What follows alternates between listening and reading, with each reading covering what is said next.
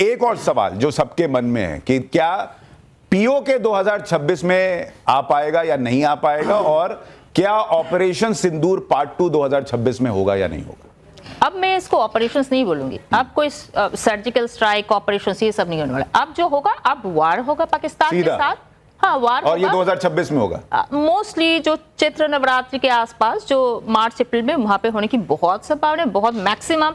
मैंने तो 2024 में जब पहलगाम अटैक वगैरह नहीं हुआ था तभी कहा था कि पीओके 2025 में 2027 में यहाँ आ सकती है, और बिल्कुल आ सकती है। थोड़ा सा टाइम लूंगी। एक इंटरेस्टिंग चीज सबको समझ में आएगा, ये आपके बच्चों को भी यहाँ समझ में आएगा कि जब 1970 वार में पाकिस्तान का एक भूमिखंड टूट के, अब जो हम जिसको बांग्लादेश बोलते हैं, तब एक्चुअली शनि जो है वो मेष राशि में गया था, और साइड बाय साइड उनका शनि में केतु का अंतर्दशा चल रहा था। वही स्थिति बन रहा है अभी, सेम सिनेरियो जो 71 में हुआ। 71 में 2027 में शनि जो है मेष राशि में जाने वाले हैं, और अगले साल से शुरू हो रही है उनकी 1 साल के लिए, जो 2027 के मिडिल तक चलेगा, उनका केतु का साफ पीरियड। अब उनके देश में, पाकिस्तान में सत्ता भी चेंज होगा, उनका जो अभी जो प्रधानमंत्री है वो जाने वाले हैं, मिलिट्री शासन वाले, वो तो उनके लिए आम बात है, कोई बड़ी बात नहीं है। और भूमिखंड फिर से टूटना तो एकदम तय है। तो पीओके वो बचा के रख नहीं सकते, नॉट पॉसिबल। लेकिन आप कह रही हैं कि 2026 मार्च के आसपास से एक फुल फ्लेजेड वॉर होगी भारत पाकिस्तान के लिए। अब भारत पाकिस्तान में अब फुल फ्लेजेड वॉर ही आप कह सकते हैं इसको, क्योंकि स्ट्राइक जैसा कुछ नहीं है, तो इससे तो बड़ी ही चीजें हैं। शहजाद पूनावाला, आप लोग कुछ तैयारी कर रहे हैं? देखिए, ऐसा है कि जो होगा वो देखा जाएगा, यहाँ पर बैठकर उसकी कमेंट्री नहीं होगी, परंतु एक चित्र मैं आपको अभी दिखा देता हूँ, और मार्च 2026 के अभी से उसका नजर सामने आ रहा है। जो सबसे बड़ा इंटरनल वॉर था इस देश में, वो था नक्सलिज्म के खिलाफ। 150 जिले थे जिसमें नक्सलिज्म प्रभावी था। आज 150 जिलों से सिकुड़कर मात्र 4-5 जिले बाकी है, और 26 मार्च आते आते नक्सलिज्म मुक्त भारत भी हम बना देंगे। बिहार को नक्सलिज्म मुक्त बना दिया है, झारखंड को बना दिया है, छत्तीसगढ़ में मात्र 2-3-4 जिले बाकी है, क्योंकि इनकी सरकार थी वहां पर बहुत लंबे समय तक, पर अब वो भी नक्सल मुक्त हो जाएगा। तो जो इंटरनल वॉर हमने लड़ी है और उसको भी समाप्त किया है, अब एक्सटर्नल वॉर तो हमने ट्रेलर तो दे ही दिया है।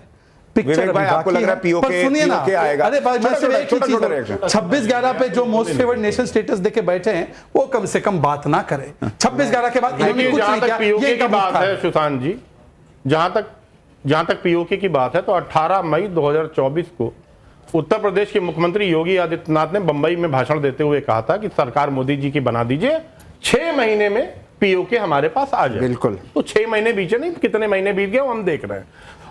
दूसरी बात, डिफेंस मिनिस्टर, रक्षा मंत्री श्री राजनाथ सिंह ने कहा था कि पीओके तो खुद ब खुद हमारे पास चला आएगा। कभी वो कहते हैं हम सिंध पे कब्जा कर लेंगे। हकीकत यह है कि आज नेपाल जो है वो उत्तराखंड और हिमाचल को अपना बताता है। बांग्लादेश जो है हमारे उत्तर पूर्व के राज्यों को, 7 राज्यों को अपना बताता है। चीन जो है अरुणाचल प्रदेश में घुसा जा रहा है।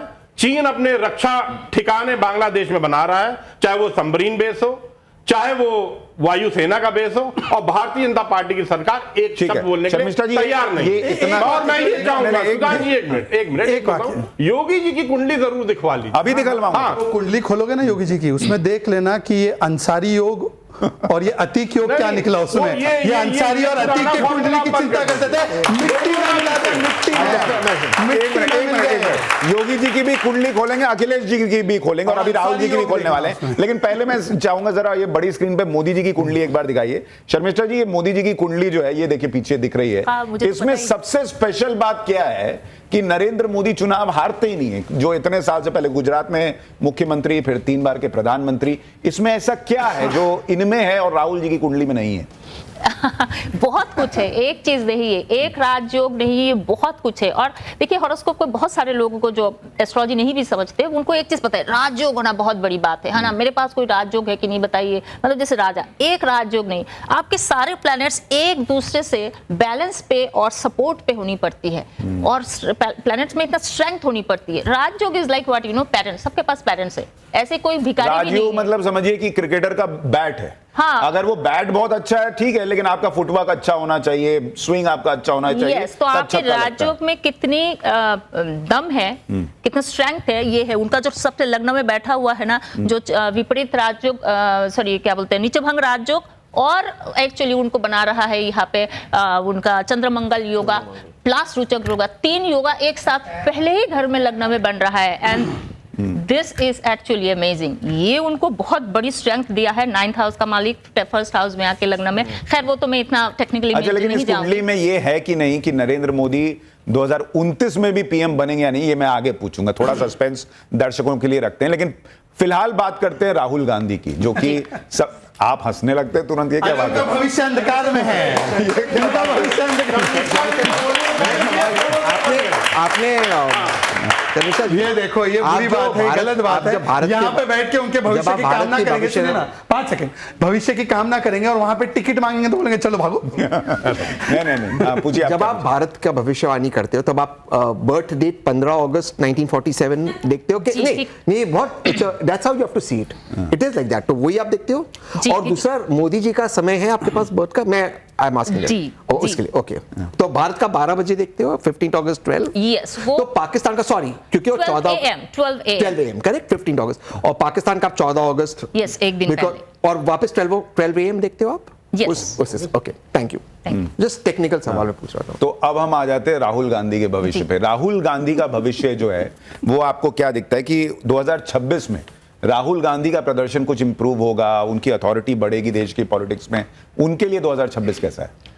राहुल गांधी जी का जो गोल्डन पीरियड है वो लगभग खत्म हो चुका है। तो आप ये गोल्डन पीरियड में एलओपी है, आ रही हूँ इसमें मैं, ये मुझे आज तक में भी यही सवाल पूछा था, तो ये उनका गोल्डन पीरियड था जो लगभग अब खत्म हो चुका है। इसके बाद कौन सा पीरियड आएगा? एक आ रही हूँ इसमें उसके बाद संघर्ष पीरियड, नहीं आप कह सकते हो कि गायब हो जाना पीरियड। सो एक्चुअली एक ट्वीट आप मेरा बहुत दिखाए थे पहले वीक की, जो जिस ट्वीट में मैंने लिखा था कि 4 अप्रैल के बाद कोई मेजर टेररिस्ट अटैक हो सकता है, उसी ट्वीट में नीचे लिखा हुआ था जो पिछले साल मैंने किया, मार्च में मैंने किया था, फरवरी में, कि राहु को सतभिषा में आने दीजिए, फिर कांग्रेस का या फिर राहुल गांधी जी का उनका जो डिफेमेशन, डाउनफॉल, लोगों का दोषारोप आपस में, ये सब बहुत बढ़ने वाली है। और वो नवंबर में आया है तो उनके ऊपर फिर से केस होना, ये सब धीरे धीरे शुरू हुआ है। और बिहार का परफॉर्मेंस तो हमने देख ही लिया है, तो मुझे नहीं लगता है कुछ भी ऐसी कुछ खास होने वाला है उनके लिए। तो अभी मुझे अगर पूछे एस्ट्रोलॉजिकली, मैं तो उनको नहीं जानती हूँ, राइट, एस्ट्रोलॉजिकली उनकी कुंडली के हिसाब से, उनकी दशा के हिसाब से, ये सारा चीजें देख के उनके लिए एलओपी जो पद है इसको टिका के रखना ही उनके लिए बड़ा मुश्किल हो जाएगा। देखिए, उनके लिए एक चैलेंज तो और खड़ा हो गया है, जो कि अभी हमने हाल में ही देखा है कि राहुल गांधी विदेश में थे और यहाँ प्रियंका वाड्रा का एक गुट खड़ा हो गया कि प्रियंका जी जो हैं उनको प्रधानमंत्री बना देते तो बांग्लादेश आ जाता। तो कांग्रेस में राहुल वर्सेस प्रियंका, कांग्रेस का भविष्य इन दोनों में से किसके हाथ में है? भविष्य किसके पास, ये बोलना एस्ट्रोलॉजर, हाँ कांग्रेस की कुंडली भी मेरे पास है, पर मैं इससे पहले प्रियंका गांधी जी की कुंडली में आ गई। उनकी जो है ना अगला साल शुरू होने वाला है, गुरु का एक पीरियड शुरू होने वाला है, और गुरु जो है उनके हॉरोस्कोप में ना 10th हाउस का मालिक है और वो इंद्र अंशा में है, तो उनकी जो सुपीरियरिटी, भाई के ऊपर जो रिक्लाइन करके चलना, ये सब अभी हटने वाला है। She will be rising. अब किस तरीके से कहाँ किया वो मुझे नहीं पता, so obviously she will be rising. अब हो सकता है उनका पद थोड़ा और बढ़े। ये प्रियंका जी की कुंडली है। अब प्रियंका जी और राहुल जी की कुंडली आप कंपेयर करती हैं तो किसकी कुंडली ज्यादा स्ट्रांग है? देखिए, हर एक की कुंडली में थोड़ा थोड़ा सब कुछ है। ऐसा नहीं है कि प्रियंका गांधी कोई पीएम बनने वाले हैं, वो अच्छा, वो भी नहीं बनने वाली हैं। नहीं, मैक्सिमम अगर प्रियंका गांधी कुछ बनेंगे तो मुझे लगता है किसी प्रदेश का वो सीएम बन सकते हैं। पर हाँ, अभी तो जो अगला साल है 2026 शी विल बी राइजिंग, तो हो सकता है उनका वोकल होना, वो अपनी भाई से अलग अलग तो नहीं बोलूंगी, उनके ऊपर जो रिक्लाइन होना, सपोर्ट सिस्टम उनको किसी की जरूरत नहीं पड़ेगी। She will be, I mean, confident enough, अच्छी ड्यूटीज निभाना, वो सब अच्छा कर सकते हैं। तहसीन पूनावाला, राहुल गांधी का भविष्य तो इनको नहीं दिख रहा यहां से आगे, लेकिन प्रियंका का भविष्य दिख भी रहा है तो सीएम से आगे नहीं दिख रहा। देश का भविष्य आगे होना चाहिए। देखिए, हम यहाँ पर राम की बात करते हैं, रोजगार, एआई और मिलन, कि देश सुख से चले। ये बात करेंगे अतीक की, मुख्तार की, इनका यहीं पर है, इनका यहीं तक है। हमारा राम है, इनके मुख्तार है, हमारा राम है, इनके अंसारी है, यहीं पर है। मैं बता रहा हूं, अरे जितना बाबर को हम नहीं जानते उतना इन पर रिसर्च है कि बाबर कौन है, बाबर का बॉयफ्रेंड कौन है, सब भाजपा वाले जानते हैं। सच है, बाबर का बॉयफ्रेंड भाजपा की राजनीति ए पे चलती है। A for Aurangzeb, A for Atiq, A for Ansari, इसके बिना इनकी राजनीति। ये ए फॉर आप लोगों के लिए कुछ भाजपा की पॉलिटिक्स छोड़िए, आप बताइए। अब मैं बताता हूं, आपको भी ये लगता है राहुल गांधी पीएम की कुर्सी तक नहीं पहुंच पाएंगे? मुझे लगता है कि अगर गांधी परिवार की बात करें, क्योंकि स्पेसिफिक आपका सवाल है, पिछले 40 वर्षों से इस परिवार ने कभी भी प्रधानमंत्री की कुर्सी पर बैठा नहीं। इनफैक्ट सोनिया जी बन सकती थी, उन्होंने नहीं बना, वो नहीं बने पीएम। और जो आपकी बात से मैं इत्तेफाक रखता हूं, जहां तक मैं प्रियंका जी को जानता हूं, आई डोंट थिंक अगर कांग्रेस सत्ता में भी आई तो शी वुड वांट के गांधी परिवार का कोई व्यक्ति प्रधानमंत्री बने। वो चाहिए कि केपेबल व्यक्ति जैसे प्रधानमंत्री मनमोहन सिंह जी थे, वो प्रधानमंत्री बने। चलिए, यानी ये भी मान रहे हैं कि गांधी परिवार का कोई पीएम नहीं बनने वाला। छोटा बोलिएगा वो उनका उनकी भविष्यवाणी, मैं उससे क्यों चैलेंज कहता हूं कि इससे बड़ी क्या उपलब्धि हो सकती है कि जो कल तक राम जी को काल्पनिक और रोम रोम कर रहे थे, आज बोले राम हमारे हैं, राम हमारे हैं। अरे भाई यही काम हो गया। और अरे एक मिनट, अरे अभी रुकिए, अभी अखिलेश जी तक भी पहुंचना है। एक वाक्य में इनकी जो समेशन आई है कि राहुल जी का ग्राफ नीचे जा रहा है, बहन का ग्राफ, तो भाऊ काल के बदले बहन काल शुरू हो चुका है। और तहसीन पुनावाला यहाँ पे गंभीर है, पीछे से मुस्कुरा रहे हैं, पीछे से एकदम मुस्कुरा रहे हैं। सिर्फ तहसीन थोड़ी मुस्कुरा रहे हैं, विवेक भाई भी मुस्कुरा रहे हैं, उनको भी दिख रहा है। भाई अगर राहुल गांधी रास्ते में नहीं है तो अखिलेश जी के लिए रास्ता साफ होता है, वो इंडिया अलायंस के बड़े नेता हैं, तो उनके लिए अब लेकिन है कि नहीं कुंडली में अभी थोड़ा आपको वेट करना पड़ेगा। आप में से किस किस को लगता है कि राहुल गांधी कभी पीएम नहीं बन पाएंगे? हाथ खड़ा करके बताइए। अरे तेरी, बहुत सारे लोगों को लगता है। तो आपकी ये जेनजी की भविष्यवाणी है। नहीं, न्यूट्रल। 2 3 4 5 6 1 2 3 4 5 6 में से 7 8। अच्छा, ये जानबूझ के गिनवा रहे हैं, जानबूझ के गिनती नहीं कितने। हम मेजॉरिटी लाइव गिन रहा हूं। अच्छा, कितनों को लगता है पीएम बन सकते हैं? अब वो आंकड़ा गणित हो। कीजिए, कितने को लगता है राहुल गांधी पीएम बन सकते हैं? ये लो, ये दो नहीं लोग। करवाना चाहिए था। ये बहुत शरारती आदमी है। देखिए, ये बहुत 2 लोगों शरारती को लगता है बन सकते हैं, 10 लोगों को तो आपने गिना कि नहीं लगता है, और बाकी जो है वो कह नहीं सकते वाले थे। वोट चोरी बोलेंगे, वोट चोरी हो गया। न्यूट्रल थे, बने ना बने मुझे फर्क नहीं पड़ता वाला हिसाब है। ठीक है, तो अच्छा, इनसे पूछो अखिलेश या राहुल? अखिलेश या राहुल? क्या बोल रही है बेचारे? मैं कहूं पूछो सवाल हुआ नहीं, मोदी जी अमित शाह। मोदी जी है। हाँ, बस हो गया, काम खत्म। मोदी जी अमित शाह बता दिए, हो गया। अबे भाई, तो आप ऐसा मोदी सवाल जी के बाद सब कार्य करता है, हम लोग सारे कार्य करते हैं। अच्छा ठीक है, तो एक चीज तो क्लियर हो गई कि राहुल गांधी और प्रियंका वाड्रा पीएम की कुर्सी तक नहीं पहुंचेंगे, ये आप बड़ी भविष्यवाणी कर रही हैं। लेकिन मैं एक ही बोलूंगी, अब अगर 2045 या 2047 तक, इसी के आसपास कह सकते हो कि वहां तक अगर बीजेपी की ही सरकार चलती रहेगी तो इनका टाइम कब आएगा? ओके, आप कह रही हैं 2047 तक बीजेपी की सरकार रहेगी?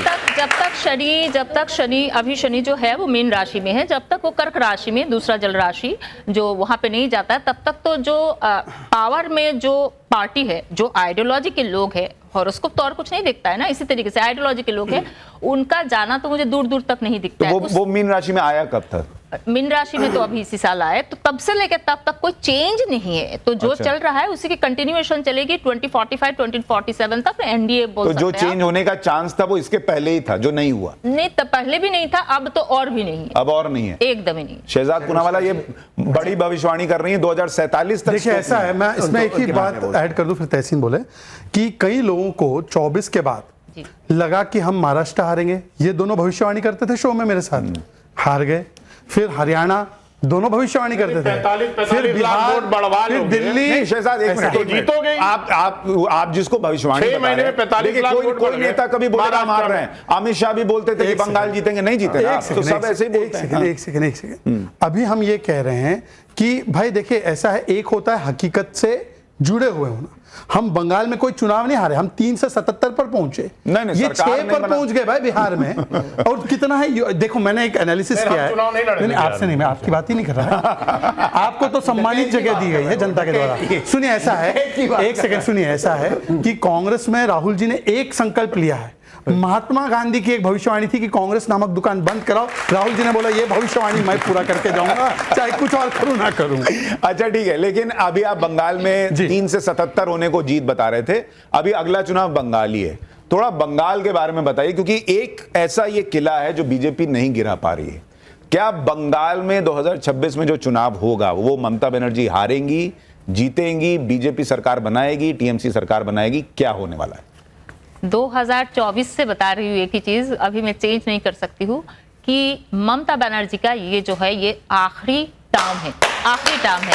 और मैंने ये भी बोला है, मैंने ये भी बताया है कि जब 2025 का जून जुलाई आएगा, वहां से उनकी बड़ी चैलेंजिंग टाइम शुरू होगी। और तीसरा, इस साल की स्टार्टिंग में बताया है कि कागज तो दिखाना पड़ेगा। तो सबने कहा कि ये तो कब से बोल रहे कागज तो दिखाना पड़ेगा। और मुझे इस सारे चीजों की मतलब कोई, मैं तो एनालिस्ट नहीं हूँ, यहाँ पे सबको पता होगा, शहजाद जी को पता होगा, SIR क्या चीज तो मुझे पता ही नहीं था। पर मंगल का महादशा शुरू हुआ है, मंगल भूमि कारक है, भूमिपुत्र है, वो मतलब हमारी जो भूमि को रक्षा करता है, योद्धा है। तो आप अपनी भूमि को रक्षा तो उसी में करेंगे ना। आपके भूमि में अगर कोई और घुस जाए तो उसको तो रक्षा करना नहीं कहते। तो मंगल का महादशा शुरू हुआ है, मंगल आर्द्रा नक्षत्र है। तो मुझे ये चीज पता था कि क्लीनिंग तो होगी। अब यही क्लीनिंग इनको पकड़ लेगा, ये मुझे कुछ आइडिया नहीं था। SIR क्या चीज तो पता ही नहीं था, ये तो इसी साल पता चला। शर्मिष्ठा जी के लिए इनकी भविष्यवाणी, देखिए भविष्यवाणी सही गलत दोनों हो सकती है, लेकिन इनकी भविष्यवाणी को लेकर मैं एक चीज कहूं, जब इन्होंने जनवरी फरवरी में मेरे ख्याल से प्रेडिक्ट किया था कि देश में बड़ा आतंकी हमला होगा और नॉर्थ की तरफ होगा, ऊपर की तरफ होगा, तब सबको लगा था कि कहां से ही हो जाएगा। लेकिन पहलगाम हुआ तो सबको एकदम से ध्यान आया कि आपने ऐसा कहा था। जब आपने कहा था कि देश में प्लेन क्रैश होगा, तब ऐसी कोई चर्चा तक नहीं थी दूर दूर तक, या एविएशन सेक्टर जो है वो एकदम नीचे आ जाएगा। अब पिछले साल आप 2 घटनाएं याद कीजिए, एक तो एयर इंडिया का प्लेन क्रैश और दूसरा इंडिगो वाला जो क्राइसिस हुआ। तो वो क्या है, जब चीजें हो नहीं रही होती हैं तब पता नहीं चलता, लेकिन दिखने लगती हैं। जैसे अभी अगर विवेक भाई बात करें बंगाल की, बंगाल में ममता बनर्जी को लेकर सड़क पर प्रदर्शन होना, ये सब जो हुआ वो हमने देखा है। लेकिन अभी हाल में जिस तरीके से हुमायूं कबीर ने पार्टी बना ली, वहां पे बाबरी का मुद्दा बड़ा होने लगा, मुसलमान एकदम से, जो ममता बनर्जी का कोर वोट बैंक है, वो एकदम से चैलेंज किया जाने लगा किसी ऐसे व्यक्ति से जो खुद उनकी पार्टी में रहा हो। तो ऐसी परिस्थितियां क्या आपको लगती हैं कि ममता बनर्जी को बीजेपी चैलेंज कर पाएगी, या ये भविष्यवाणी सही हो पाएगी? देखिए, मुझे लगता है कि आपको मैं याद दिला दूं कि 2019 में भारतीय जनता पार्टी के टिकट से हुमायूं कबीर चुनाव लड़ चुका है। और जहां तक हमारा आकलन है, हमको ऐसा लगता है, प्रतीत होता है और प्रमाणित भी होता है साथ साथ सुशांत जी, कि कहीं ना कहीं हुमायूं कबीर भारतीय जनता पार्टी के लिए काम कर रहे हैं, उनके एजेंट। हाँ बिल्कुल। 2021 में भी अगर आप देखिए तो सब यही हो रहा था कि भारतीय जनता पार्टी सरकार बना रही है। माननीय प्रधानमंत्री वैसे बांग्लादेश में कुछ नहीं बोलते हैं, लेकिन जब बंगाल में चुनाव होता है तो बांग्लादेश जाके मतुआ मंदिर में सर झुकाते हैं, ताकि मतुआ जो कम्युनिटी का वोट है वो हमको मिल जाए और हम चुनाव जीत जाए। तो ये ध्रुवीकरण और ये तुष्टीकरण की राजनीति है भारतीय जनता पार्टी और माननीय प्रधानमंत्री लगातार करते आए हैं। आपको याद होगा किस तरह से उन्होंने दाढ़ी बढ़ा ली थी और रविंद्रनाथ टैगोर बनके वो गए थे, लेकिन वो सब फ्लॉप हो गया जब उन्होंने दीदी और दीदी किस तरह से ममता जी को बोला था। तो आप कह रहे हैं ममता बनर्जी नहीं हार रही है? मुझे लग रहा है कि ममता जी जो 213 सीट जीत के आई थी 288 में, इस बार उनका आंकड़ा जो है 225 के ऊपर होगा। चलिए, ये आपको चैलेंज कर रहे हैं कि आपकी भविष्यवाणी गलत होगी। तहसीन, बंगाल ममता बनर्जी हारेंगी? देखिए, मैं ये नहीं जानता हूँ ममता जी हारेगी या नहीं हारेगी, लेकिन टीएमसी की सरकार जरूर बनेगी। ये मुझे लगता है इंडिया अलायंस की सरकार बनेगी। दूसरी चीज, मैं इनसे बिल्कुल इत्तेफाक रखता हूँ, बांग्लादेश में हमारे हिंदुओं के साथ जो कत्लेआम हो रहा है उस पर वर्तमान सरकार कुछ कह नहीं रही है। कोई और सरकार होती भारत में, कोई भी सरकार होती, वो बांग्लादेश को बुलाकर ठीक कर देती। 13 मिनट का काम है बांग्लादेश को ठीक करना। 13 दिन में हमने नया मुल्क बनाया था। बांग्लादेश में हिंदुओं का कत्लेआम हो रहा है। रेफ्यूजी पॉलिसी नहीं है, मैं सिटीजनशिप पॉलिसी की बात नहीं कर रहा हूं, ये बोलेंगे रेफ्यूजी पॉलिसी नहीं है। और बांग्लादेश और वेस्ट बंगाल में जाकर चुनाव लड़ना है, क्या सोचते होंगे वहां के लोग? वोट आपको सबका चाहिए। वहां पे बाबरी मस्जिद बन रहा है, वो हुमायूं कबीर भाजपा का एजेंट है। हर एक मुसलमान, मैं बहुत ओपनली बात करता हूं, जानता है कि पोलराइजेशन का फायदा भाजपा को होगा, फिर क्यों कर रहे पोलराइजेशन? तो आप कह रहे हैं, सुनिए तहसीन, आप कह रहे हैं कि मुसलमान हुमायूं कबीर के साथ दिख रहा, वो किसका एजेंट है? नहीं, मैं नहीं कह सकता। सुनिए ना, मैं कह रहा हूं कि मुसलमान है, मैं कह रहा हूं वो जो मुसलमान ईंट लेकर, पत्थर लेकर, पैसे लेकर आ रहा है, वहां पर लाखों की संख्या में दिख रहा है, वो जाएगा, लेकिन वोट ममता बनर्जी को देगा, आप ये कह रहे हैं? मैं ये कह रहा हूं कि सऊदी अरेबिया से अगर कोई आते हैं मौलाना साहब मस्जिद के लिए जो फाउंडेशन स्टोन रखने के लिए, तो उनको वीजा कौन देते हैं? ममता बनर्जी देती है या केंद्र की सरकार देती है? और जब वीजा लेते तो आपको पता है ना क्यों आ रहे, क्यों ये ध्रुवीकरण हो रहा है, सेंट्रल फोर्सेस क्यों आ खड़े? नहीं, एक मिनट, हाँ ठीक, बोलिए। मुझे जवाब, और देखो मैंने शांति से सुना, कोई सुनना पड़ेगा, लेकिन बहुत लंबा नहीं, बहुत लंबा, एक वाक्य में, पर ये बिदकने लगेंगे ना। अभी देखिए, इन्होंने कहा, पहले इन्होंने कहा दाढ़ी पे कि दाढ़ी हम रविंद्रनाथ ठाकुर या टैगोर जी की तरह रख रहे हैं। अरे सद्दाम हुसैन से तो अच्छी दाढ़ी रखी ना हमने, वो सद्दाम हुसैन वाली कौन रख रहा था? देखा, बिदकना शुरू हो गया, बिदकना शुरू। मैंने नाम किसी का नहीं लिया, ये तरीका नहीं, ये सुशांत जी तरीका नहीं, Sushant is not fair, Sushant अरे is not fair. विवेक भाई, ये fair. मैंने तो बोला भी नहीं, ये समझ गए। मैंने किसी का नाम लिया बच्चों, कभी जनता मैंने की बात किसी का नाम करेगी, लिया, कभी आप पर लोग ये की बात समझ करेगी। ये भाई ये ठीक नहीं है, ये फॉर्मेट तो नहीं अच्छा है। विवेक भाई, आपने भी तो दाढ़ी पे बोला, उनको बोलने दीजिए। उनको इन्होंने लगा सद्दाम नाम हुसैन की लेकर तरह बोला कि दाढ़ी। Modi ji is trying to copy mister Rabindranath Tagore.